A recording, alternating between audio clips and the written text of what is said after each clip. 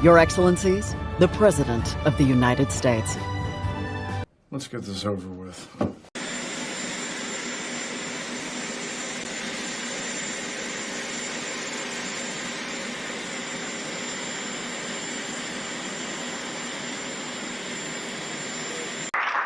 If I were smart, I'd leave right now.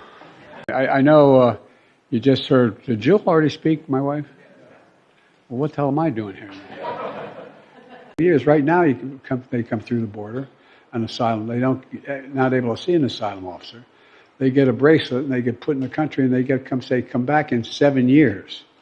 Come back in 7 years when we're able to hear your case. And there's no question, none. If the Speaker called for a vote in the House, it would pass easily today. Instead, they went on vacation. I mean, it's just, we cut the deficit by doing all this by $1 trillion so far. The biggest reduction in history in deficit reduction.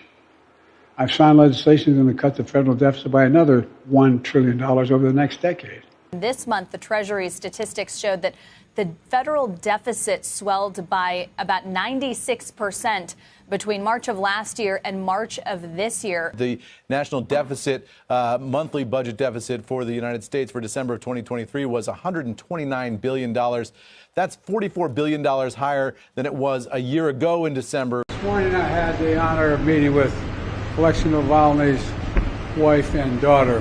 One thing that was made clear to me is that Yolanda is she's gonna continue the fight he had underway. Yolanda is. When I was vice president, all I heard about was Chicago, but I'm trying to make sure they hear about Delaware, but it ain't working yet. Look, folks, and it's also helping you who don't go to college.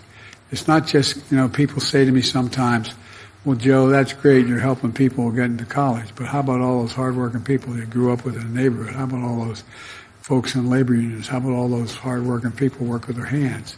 Why should they have? Well, just today my labor department announced this is not the student loan program, but $200 million in grants for registered apprenticeship programs around the country while you can learn a skilled trade and lead to good paying jobs.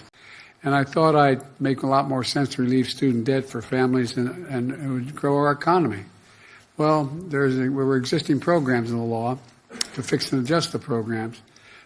We had to change them to make people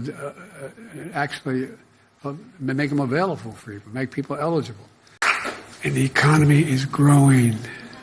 It's growing. Jobs, income, across the board. We have the most advanced economy of any major nation in the world. Just 31% of Americans approve of how Biden is handling this economy, 56% disapprove. And this is interesting. Just 13% of Americans say they've gotten better financially since the president took office. The economy, no surprise, we've been talking about it, but look at that advantage for Trump, 22 points. My dad used to say, Joey, a paycheck is about more than, a job is about more than a paycheck. It's about your dignity. You wanted this to be some kind of court. I don't have a worry at all.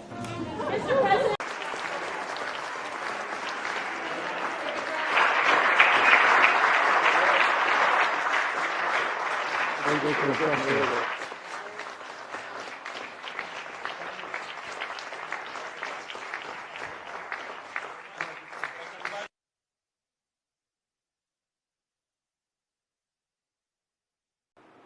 Let's get it done. And by the way, speak to your agricultural communities and ask them if they need temporary workers. Going to California. Is this about coming up with a plan B for 2024? Does Gavin need to stand by? Are you ready? Yes, sir. Well, I'm looking at you. We're looking at you. Sir, hey,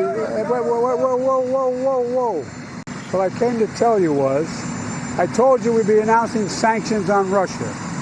We'll have a major package announced on Friday. I'll be happy to sit with you all doing that, okay? Mr. President, would you go as far as to say that election involving blood is on the hands of House Republicans right now?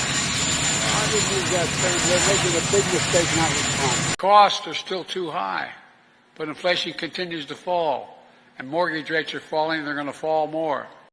This is January 2021 to January 2024. Over just a few years, overall costs up 20% almost, food prices skyrocketing, energy, those everyday items that are not your choice. Listed among the data that we got in these inflation numbers was the average hourly earnings are now down 2.1% from where they were in January 21 when President Biden took over. I signed the CHIPS and Science Act, which attracted $640 billion in private companies' investments that are building factories, creating jobs in America again.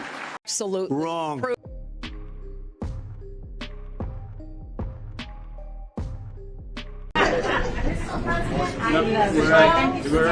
walking this. Win re-election. It's going to win re-election anyway.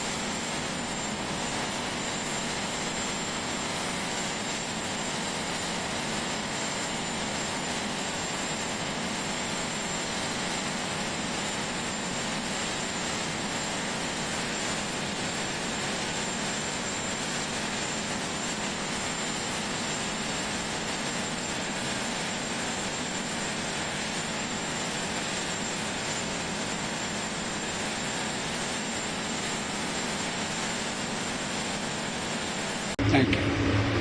Mr. President, executive action of your banner. Why are you firing protesters? Mr. President, is it possible that...